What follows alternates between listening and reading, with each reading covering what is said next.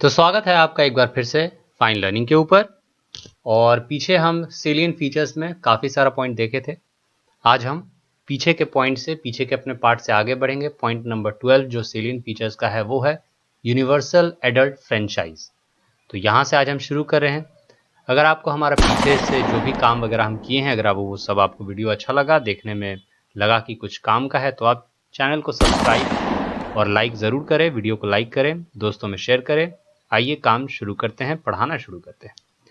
तो universal adult franchise के अंतर्गत जब भारत आज़ाद हुआ 1947 में, तो ये तय हुआ था कि जब भी देश में इलेक्शन होगा, भारत के सभी नागरिकों को एक एज में पहुंचने के बाद भारत के सभी नागरिकों को वोटिंग का अधिकार मिलेगा। ये बात ही है यूनिवर्सल एडल्ट फ्रेंचाइज। इससे आप ये समझ सकते हैं कि किस तरह से भारतीय नागरिकों का जो स्थिति है वो दुनिया के अन्य नागरिकों से कहीं ज़्यादा बेहतर था, कहीं ज़्यादा बेहतर था। बहुत सी कंट्रीज़ ने सैकड़ों साल लगा दिए, सिर्फ मर्दों को वोटिंग राइट था, सिर्फ अमीरों को कहीं कहीं वोटिंग राइट था, कभी गरीबों को नहीं कहीं वोटिंग राइट मिल रहा था, तो कभी कहीं औरतों को वोटिंग राइट नहीं मिल रहा था। पर इंडिया ने ये तय किया कि हम इंडिया में सबको बराबर का वोटिंग राइट, जो वोट करने का अधिकार है, वो देंगे। एक एज बस तय किया जाएगा, और वो एज शुरू में तय किया गया था 21 साल। पर 1989 का समय आता है, 61st कॉन्स्टिट्यूशनल अमेंडमेंट होता है, ठीक है। और इस 1989 में जो हुए 61st कॉन्स्टिट्यूशनल अमेंडमेंट को 1989 में लागू कर दिया जाता है। अमेंडमेंट आया था आपका 1988 में ही, ठीक है। 1988 में ही अमेंडमेंट आपका आ चुका था। और जो 21 साल वोटिंग का एज था, इसको घटा के 18 साल कर दिया जाता है। तो ये कुछ यूनिवर्सल एडल्ट फ्रेंचाइज का जो रूल्स एंड रेगुलेशंस है वो यहाँ अप्लाई कर दिया जाता है।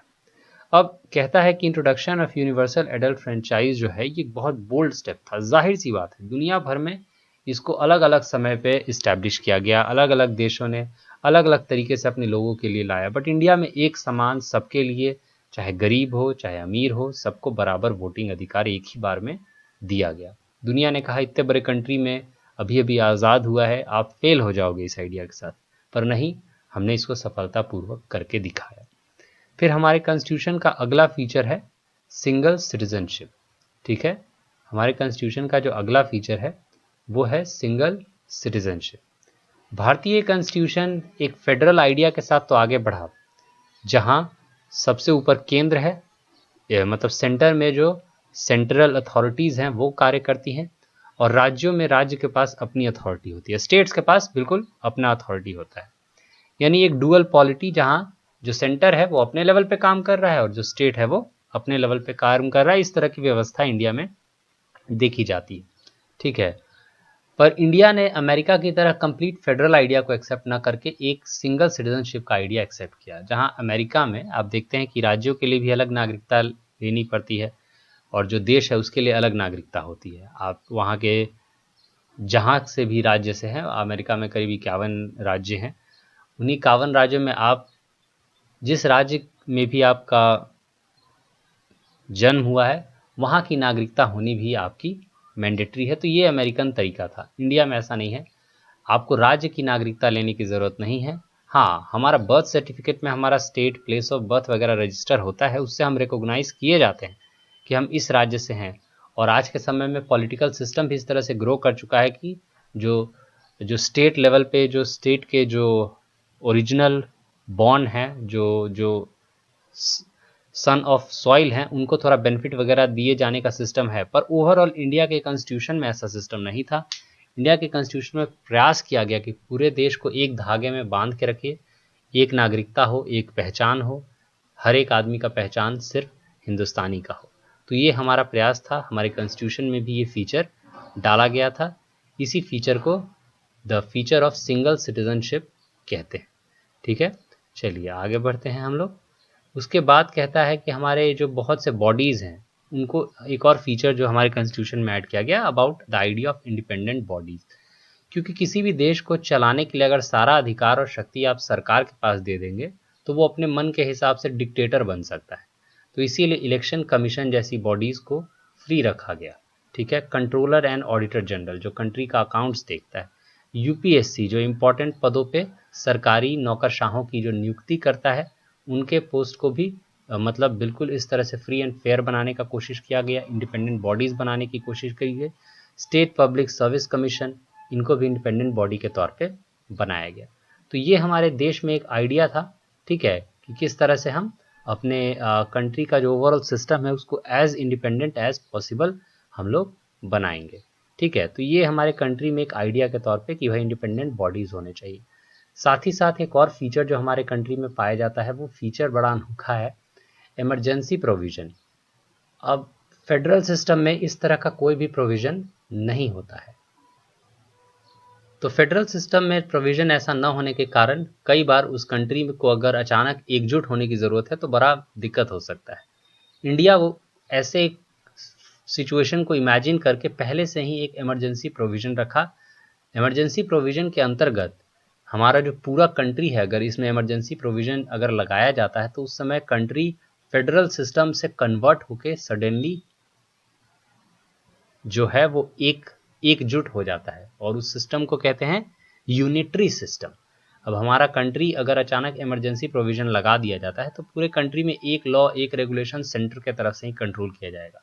कुछ इमरजेंसी प्रोविजंस जो हैं वो आर्टिकल 350 के अंतर्गत नेशनल इमरजेंसी, अगर ये होता है, वॉर अगर कंट्री से छिड़ गया जो हमारा पाकिस्तान के साथ कई बार होता रहा है, या आर्म्ड रेबेलियन, कंट्री में इस तरह का कंडीशन हो गया कि कंट्री के अंदर ही कुछ लोग आर्म लेके हथियारों के साथ देश में विद्रोह पे उतर गए, तो उन सबों को मैनेज करने के लिए एक एकजुटता चाहिए कंट्री में, और वो इमरजेंसी प्रोविज़न या जो नेशनल इमरजेंसी का जो प्रोविज़न है जो आर्टिकल 352 के अंतर्गत आता है उसके थ्रू किया जा सकता है। दूसरा है स्टेट इमरजेंसी, यानी राष्ट्रपति शासन का जो प्रोविज़न है, ये तब लगाया जाता है जब कोई राज्य में इलेक्शन वगैरह में गड़बड़ हो गया है, कोई सरकार पार्टी नहीं बना पा रही है, राज्य में कोई सरकार अपना प्रॉपर बहुमत साबित नहीं कर पा रही है, एक साथ भी ग्रुप में वो आके सरकार बना पाने में सफल नहीं हो पा रहे किसी राज्य में, या फिर कोई राज्य ऐसी गतिविधि में उस राज्य की सरकार संलग्न है जो भारत के लिए, जो इंडिया को तोड़ने का काम उसके अंतर्गत हो सकता है ऐसा हो कि जिससे इंडिया को इन फ्यूचर नुकसान हो।